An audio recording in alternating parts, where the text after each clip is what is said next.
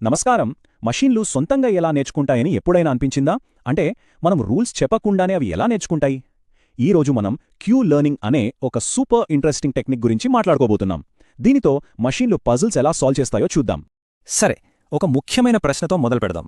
ఒక మషీన్కి game rules ఏమీ ఇవ్వకుండా గెలవడం ఎలా నేర్పించగలం? చాలా ఆసక్తికరమైన ప్రశ్న కదా. ఈ ఛాలెంజింగ్ ప్రశ్నకు సమాధానమే మన క్యూ లెర్నింగ్. ఓకే, ఇలా ఊహించుకుందాం. ఒక రోబోట్ని తీసుకెళ్లి మనకు ఏమాత్రం పరిచయం లేని ఒక గదిలో వదిలేశాం.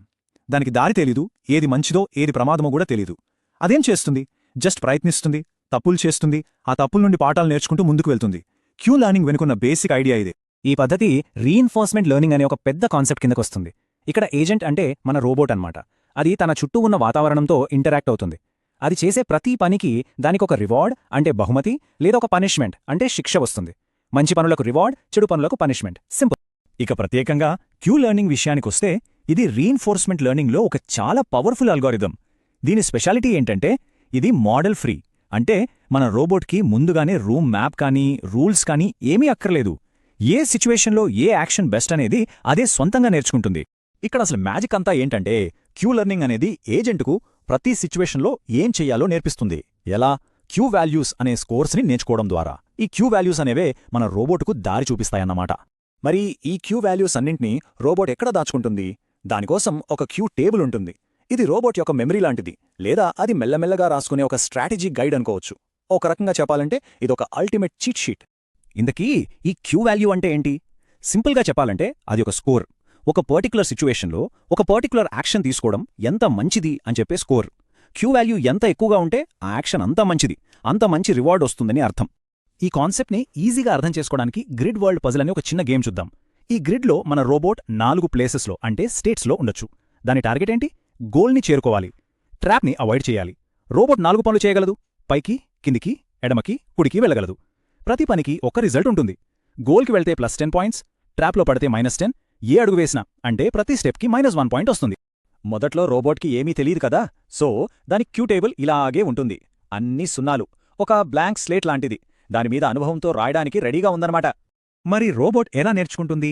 దీనికి ఒక అప్డేట్ ఫార్ములా ఉంది. దాన్ని మనం 4 సింపుల్ స్టెప్స్గా చూద్దాం. ఫస్ట్, పాత వాల్యూ తీసుకుంటుంది. దానికి వెంటనే వచ్చిన రివార్డ్ని యాడ్ చేస్తుంది. ఆ తర్వాత కొత్త ప్లేస్కి వెళ్ళాక ఫ్యూచర్లో వచ్చే బెస్ట్ రివార్డ్ని కూడా కన్సిడర్ చేస్తుంది. ఫైనల్గా పాత నాలెడ్జ్ని, కొత్త ఇన్ఫర్మేషన్ని ఒక లెర్నింగ్ రేట్తో బ్యాలెన్స్ చేస్తుంది.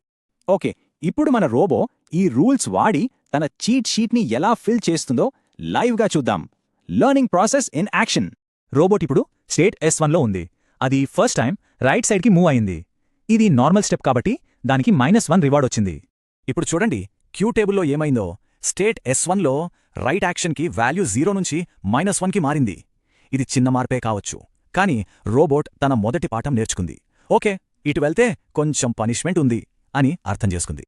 అలా కాసేపు తిరిగాక మన రోబోట్ స్టేట్ S2 నుండి రైట్ సైడ్కి వెళ్ళింది అండ్ సడన్గా గోల్ని రీచ్ అయింది. దీనికి ఏకంగా +10 పాయింట్స్ వచ్చాయి. ఇది ఒక జాక్పాట్ లాంటిది. ఇది చాలా ఇంపార్టెంట్ డిస్కవరీ. టేబుల్లో చూడండి, స్టేట్ S2 నుండి రైట్ వెళ్తే చాలా మంచిదని +10 వాల్యూతో రికార్డ్ అయింది. ఇది చాలా చాలా విలువైన ఇన్ఫర్మేషన్. ఇలా రోబోట్ వేలసార్లు ప్రయత్నించి, తప్పులు చేసి, గోల్ని వెతికి, కొన్నిసార్లు ట్రాప్లో పడి ఎన్నో పాఠాలు నేర్చుకున్న తరువాత దాని క్యూ టేబుల్ ఎలా ఉంటుందో చూద్దాం. ఇదిగో, ఇదే ఫైనల్ క్యూ టేబుల్. ఇప్పుడిది 0లో ఉన్న బ్లాంక్ స్లేట్ కాదు. ఇది ఎక్స్పీరియన్స్తో నిండిన ఒక స్ట్రాటజీ గైడ్. ఇందులో ప్రతి నంబర్ ఒక అనుభవం చెబుతుంది. ఇప్పుడు ఈ టేబుల్ని చదవడం చాలా ఈజీ. ప్రతి రోలో హైయెస్ట్ స్కోర్ ఏ యాక్షన్కుందో అదే బెస్ట్ మూవ్. ఉదాహరణకి స్టేట్ S1లో ఉన్నప్పుడు రైట్కి వెళ్లడమే బెస్ట్, ఎందుకంటే దాని స్కోర్ 8. అలాగే స్టేట్ S4లో ఉన్నప్పుడు పైకి వెళ్లడమే బెస్ట్, దాని స్కోర్ 10. అంతే, మన రోబోట్ పజిల్ సాల్వ్ చేసేసింది. సరే, ఈ చిన్న గ్రిడ్ పజిల్ బాగుంది, కానీ ఇంతకీ రియల్ వరల్డ్లో దీనివల్ల ఉపయోగమేంటి? అసలు ఈ క్యూ లెర్నింగ్ ఎందుకింత ఇంపార్టెంట్ చూద్దాం. క్యూ లెర్నింగ్ ఎందుకంత పవర్ఫుల్ అంటే, 1, ఇది చాలా సింపుల్ అండ్ ఈజీగా ఇంప్లిమెంట్ చేయొచ్చు. 2, దీనికి ముందుగా మ్యాప్ అవసరం లేదు, సో ఇది చాలా ఫ్లెక్సిబుల్. 3, ఇది ఖచ్చితంగా బెస్ట్ సొల్యూషన్ని కనుగొంటుంది. ఇంకా స్టెప్ బై స్టెప్ ప్రాబ్లమ్స్కి ఇది పర్ఫెక్ట్గా పనిచేస్తుంది. రియల్ వరల్డ్లో దీని అప్లికేషన్స్ చాలా ఉన్నాయి. ఉదాహరణకి ఫ్యాక్టరీలలో ఉండే రోబోటిక్ ఆర్మ్స్ వస్తువుల్ని ఎక్కడ పెట్టాలో నేర్చుకోవడానికి, లేదా మార్స్ మీద తిరిగే రోవర్లు అడ్డంకుల్ని దాటుకుంటూ వెళ్లడానికి ఈ గ్రిడ్ వరల్డ్ లాంటి పద్ధతినే వాడతాయి. అంతేకాదు సెల్ఫ్ డ్రైవింగ్ కార్లు కూడా ట్రాఫిక్లో కరెక్ట్ డెసిషన్స్ తీసుకోవడానికి క్యూ లెర్నింగ్ ప్రిన్సిపల్స్ వాడతాయి. లేన్ మార్చాలా వద్దా, స్పీడ్ పెంచాలా తగ్గించాలా, ఇలాంటి ప్రతి డెసిషన్కి ఏది బెస్ట్ రివార్డ్ ఇస్తుందో, అంటే సేఫ్గా ఫాస్ట్గా డెస్టినేషన్కి ఎలా చేర్చగలదో అవి లెక్కగట్టి నేర్చుకుంటాయి. ఇంకో interesting application smart energy grids. Power డిస్ట్రిబ్యూషన్నే ఆప్టిమైజ్ చేయడానికి ఇది హెల్ప్ చేస్తుంది. పగలు ఫ్యాక్టరీలకి, రాత్రి ఇళ్లకు ఎక్కడ పవర్ డిమాండ్ ఎక్కువగా ఉంటుందో నేర్చుకుని ఎలక్ట్రిసిటీ వేస్ట్ అవ్వకుండా చాలా ఎఫిషియెంట్గా సప్లై చేయడానికి క్యూ లెర్నింగ్ ఉపయోగపడుతుంది. సో మషీన్లు ఇప్పుడు సొంతంగా పజిల్స్ సాల్వ్ చేయడం నేర్చుకున్నాయి. అయితే మనం వాటికి నేర్పించబోయే నెక్స్ట్ గ్రేట్ పజిల్ ఏమై ఉంటుంది? బహుశా వాతావరణ మార్పులను అరికట్టడమా, లేదా కొత్త కొత్త మందులను కనిపెట్టడమా? ఈ ప్రశ్నతో